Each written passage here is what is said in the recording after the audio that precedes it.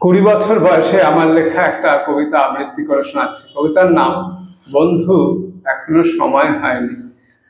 বন্ধু এখনো সময় হয়নি, পথটা হয়তো হয়েছে আরো বন্ধু। পূব আকাশে লাগেনি আবিরের রাঙা ছটা, মধ্যাহ্নের ক্লান্ত আবেশে বন পাখি হয়তো হয়েছে বিভ্রান্ত। তৃষ্ণার্ত চাতক এক ফোঁটা জলের জন্য করেছে হাহাকার। বন্ধু এখনো সময় হয়নি। আঁকা পাকা পথটা চলে গেছে বহু দূরে, যেখানে পুকুর পাড়ে ছাতিম গাছের ঘন ছায়া, মৃদু বাতাস দোলা দিচ্ছে পুকুরের কোণটা। পুকুরের জলে এক টানা বক বক শব্দ। বন্ধু এখনো সময় হয়নি।